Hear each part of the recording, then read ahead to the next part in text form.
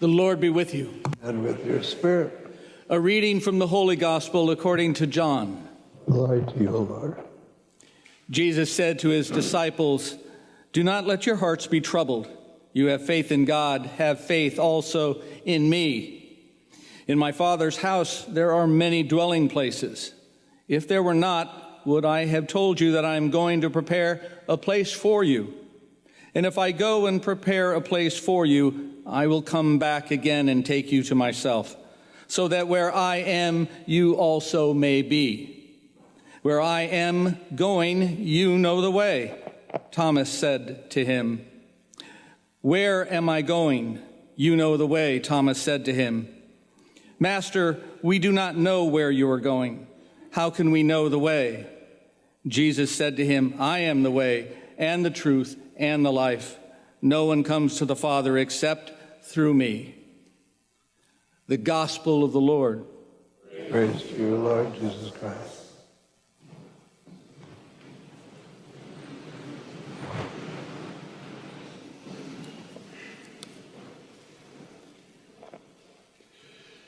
You know, those readings are perfect readings for this day.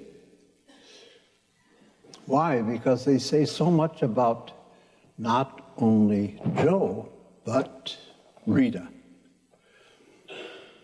These readings were the same readings that we read in 2011 for Rita's birth. And as a result of it, it's very appropriate that they be read today because they carry the same message they did in 2011 for her. First reading, basically, is just about Revelation, where it says the heavens and the former earth basically are given strength and guidance from God. God is the Alpha and the Omega. And Joe and Rita now have that. In the second reading, it talks about St. John's letter, and it says basically God's children shall see him as he is. And it's difficult to call Joe a child, but he is that, child of God, receiving the great gifts of grace and blessing now, with, of course, Rita. And the gospel, don't let your hearts be troubled. Faith in God, so have faith in me, Jesus says. Or he says, I am the way, the truth, and the life. Great gift given to us and given to Joe and Rita this very day. Those readings are very appropriate for us because sometimes we need to be reminded about what God has given us in faith and blessing. And it's sometimes only done when we attend a funeral. All of a sudden we begin to realize how God has been so good for us, and we have been so good for God. And when you know that, it's amazing. It gives you a whole new attitude of what to be with life, what kind of person to be, and how to carry that personhood to others. Now, it's so easy to talk about Joe, little Joe. Very easy to talk about him because of the fact that he was Papa Joe. And the Papa means, of course, that there's something about fatherhood, which the family knows so well, and the rest of us do too, because we knew him as a father in many ways.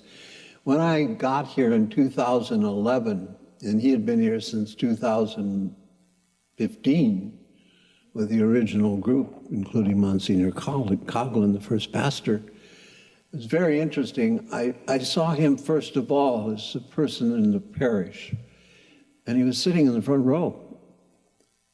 And when I came down through the altar, it was very interesting. He looked at me and he said, "You better be good." I said, "I hope I'm going to be good. I'm not sure." He said, "Well, you're not going to measure up to Monsignor Finnerty." I said, "Really? Probably not. I'm going to try." But he said, "Oh, I'll work with it." So we started the Mass, and the thing that impressed me about him, which doesn't always impress me with laity members in the church, is that the first thing he did was start to sing with the choir. He didn't hesitate to sing. Not only singing, but his hands were out like this, raising them up. It made me try to do it myself. I tried to do the same thing, and I wasn't comfortable with that, though. But he always had his hands up. He always sang songs. And he always reminds the rest of us to do the same. It's amazing because of the fact when you know someone like that, and knowing Rita too, the two of them were such great examples of what it was to be a member of a parish. Always giving, always helping, always guiding. Never hesitated to reach out and help out with anything. And of course, the main things that we know about Joe in particular is the fact that he had three very important messages always. He believed in faith, in family, and in friends, but also football. So it was really the three faiths, actually. It was faith, family, and football. Faith we know. We've seen that in the family all these years. And he lived the faith completely. I mean, he was so dedicated to the faith and what it meant to somehow proclaim it, and he did so. And his family, his faith was always something so alive and well, and he never hesitated to encourage them in faith. And then when it came to the whole idea of not only the faith, but the meaning of what it was to carry a message about that family and faith, he did it so well. And then football. He was a great coach, known by young people all over, always reaching out to help with football teams and guidance. And he did that so well, too. And of course, along with that was his great love for the Navy and what he did with the Navy. I mean, he was always involved with the Navy, and I don't know how many years. Well, how many years was he in the Navy? How many? How many? 26 years, that's right. 26 years he was with the Navy, dedicated to patriotism to the country. What a great gift that was. But I have to mention one thing. This whole theme that he has of faith, family, and football, he's the first person I ever heard that. And the second person I heard that in this parish was a man that some of you know was with the Chargers, and that was Philip Rivers. Anybody remember him? He's gone now, but anyway, Philip Rivers. And Philip Rivers, every time he talked to youth, he always said the same thing. For him, it was faith, family, and football. And faith and family were first. But he said, it didn't mean I didn't like football. And he was very avid about it and good. But it was just Joe and Philip Rivers that I've ever heard that from exactly. And they always proclaimed it, the faith, family, and football. It was so inspiring to me because that says so much about what we believe in, how we carry faith and family together and then bring it into sports, but football especially. What I say today is something important for all the family, because you've got a family that's wonderful, challenged, not always perfect, but nevertheless always willing to reach out to others. You followed his example. And I'll say this to you because I know the loss is great for you. I know you so well that I know the loss is tremendous, but remember that you're going to go through grieving, the next week, month, maybe several years, and the grieving goes on. But you got to go through the grieving with something that you remember about him that was special. And I always suggest this, I do this to all the friends here today too. Think of something that struck you personally from him. What was it? Was it his humor? Was it his sports ability? Was it his employment? Was it just his attitude? What was it that struck you? Because you know what?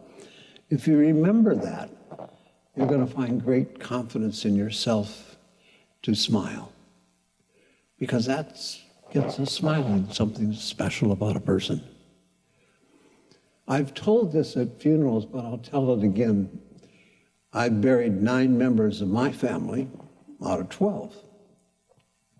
And my younger brother died several years ago in the 50s. He was only 56 years old. He died. But the day before he died, I was with him in the hospital room. And so I asked him a question. I said, Pat, what could I do to become a better person and a better priest? And he looked at me kind of dismayed by the whole thing, and he said, just lighten up. I've never forgotten that. Because, you know, we get pretty serious, us priests and deacons, we get pretty serious about things, and as a result, we're so serious we don't lighten up sometimes. And I've never forgotten that message, to lighten up in my life and to somehow carry a message to others by being lighthearted. I suggest all of you pick out something that was special about him, and of course about Rita too. And then put it into your kind of log of thinking. And you're going to find yourself happier, even at times when you're grieving. Go beyond it, and you come to the light of God. God gives that great light by always remembering us that we're holy and we're okay. If we do that, we're on the right road. So for Joe, he's happy. He's lightened up. He's with God and with Rita. What a blessing. Eternal rest grant unto him, O Lord, and let perpetual light shine upon him. May his soul and all the souls of the faithful departed, through the mercy of God, rest in peace. Amen. Let's stand now for the prayers of the faithful.